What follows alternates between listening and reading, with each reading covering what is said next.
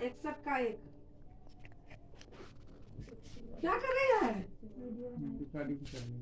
मेरे को चिढ़ाने का काम मत करो, समझे? Hallelujah hallelujah.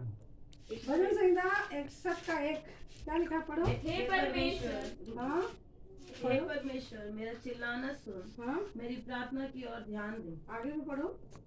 मूर्ख मूर्ख मूर्ख खाते समय, नहीं 1 और 2 यही है ना, मूर्छाते मूर्छाते समय, मूर्छित होते समय, मूर्छा खाते समय हाँ मैं पृथ्वी की छोर से भी तुझे हाँ? पुकारूंगा। जो हाँ? चट्टान मेरे लिए ऊंचा है, हाँ उस पर मुझको ले चल। Hallelujah hallelujah. परमेश्वर इस वचन के पढ़े जाने में हमको आशीष दे। यहाँ पर लिखा है, हे परमेश्वर मेरा चिल्लाना सुन, मेरी प्रार्थना की ओर ध्यान दे। तो ये जो वचन है ये दाऊद कहता है ना? दाऊद कहता है, ये हम अच्छे से जानते हैं। लेकिन मनुष्य चिल्लाता कब है? यहाँ वचन में उसने कह दिया है कि हे परमेश्वर मेरे चिल्लाना सुन, ये दाऊद कह रहा है, और मेरी प्रार्थना की ओर ध्यान दे। लेकिन सवाल ये उठता है कि मनुष्य चिल्लाता कब है? जब उसके जीवन में कोई दुख आ जाता है, कोई बड़ा समस्या आ जाता है, तो वो क्या करने लगता है?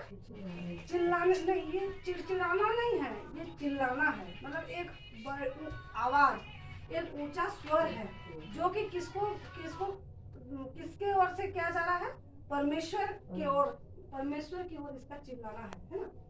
तो यहाँ लिखा है, हे परमेश्वर मेरी चिल्लाना सुन और मेरी प्रार्थना की ओर ध्यान दे। मनुष्य के जीवन में जब दुख आता है, मनुष्य के जीवन में जब ऐसा मुहूर्त आता है कि उसे ऐसा लगता है कि अब मेरा रक्षा करने वाला कोई नहीं, अब मेरा सहायता करने वाला कोई नहीं, अब मुझे संभालने वाला कोई नहीं, तो फिर उसके दिमाग में अगर परमेश्वर है, अगर वो परमेश्वर को जानता है, तो उसके मन में सिर्फ एक ही आवाज आता है कि अब मैं किसके ओर पुकारूं? परमेश्वर की ओर। क्योंकि दूसरा पद में क्या लिखा है?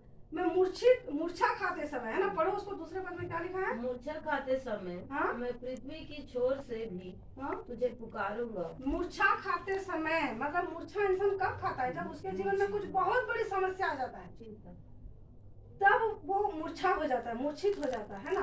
तो मैं मूर्छा खाते समय भी, पृथ्वी के छोर में भी अगर मैं रहूंगा तो भी मैं तुझे ही पुकारूंगा। हालेलुया। तो यहाँ पर हमको ये सीखने के लिए मिलता है मेरे प्रियो, कि जब हमारे जीवन में कैसी भी मुसीबत आए तो हमको केवल परमेश्वर की ओर ही चिल्लाना है और परमेश्वर से ही हमको प्रार्थना करना है। और यहाँ दूसरा वचन में लिखा है कि मैं मूर्छित खाते समय भी, मैं पृथ्वी के छोर में भी रहूं तो भी क्या करूंगा? मैं तुझे पुकारूंगा। तो हमको पुकारना भी है। प्रार्थना में क्या करना है? हमको चिल्लाना है, और क्या करना है? प्रार्थना करना है, और तीसरी बात है क्या करना है? हमको पुकारना है। मतलब ये सभी का अर्थ है। चिल्लाता कब है? चिल्लाना किसको कहते हैं? जब हम ऊंचे स्वर से बोलते हैं उसको चिल्लाना कहते हैं। प्रार्थना किसको कहते हैं? जब हम विनम्र होकर, एकदम टूटा हुआ हृदय से जब हम किसी के सामने जाते हैं तो उसको प्रार्थना करते हैं। और पुकारना किसको कहते हैं? जिसको हम आवाज देते हैं, है ना? तो ये 3 काम हमारी प्रार्थना में होना जरूरी है। हम लोग क्या करते हैं जानते हो? प्रार्थना करते समय हमारा आवाज हमको ही सुनाई नहीं देता। मतलब मैं चिल्ला के करने के लिए नहीं बोल रही हूँ, लेकिन हमारा ध्यान कहीं और रहता है। कभी कभी अगर सच्चे हृदय से नहीं करते हैं तो हमारा ध्यान कहीं और रहेगा और हम केवल फॉर्मेलिटी पूरा करने के लिए क्या करते हैं? प्रार्थना में बैठते हैं। वो प्रार्थना कोई काम का नहीं है। हमारा जो प्रार्थना है, हमारा हृदय की चिल्लाहट से होना चाहिए। चिल्लाना मतलब आवाज ही को नहीं कहा जाता, लेकिन एक हृदय के अंदर से एक आवाज होना चाहिए। क्योंकि यशाया के पुस्तक में लिखा है कि मैं वस्त्र को नहीं फाड़ता हूँ, मैं मेरा हृदय को फाड़ के तेरे सब देख रहे थे। लिखा है ना, वस्त्र नहीं फाड़ना है। लेकिन पहले जमाने में क्या करते थे? जब प्रार्थना करते थे, जब उनके जीवन में ऐसी कोई समस्या आ जाती धो लो, तो लोग क्या मैं साफ करते कर थे? दूंगी, धो लो। वस्त्र को फाड़ देते थे ना, और साफ कर ले रही हूँ। थे और राख में क्या हो जाते थे? बैठ जाते थे। लेकिन नया नियम में क्या है?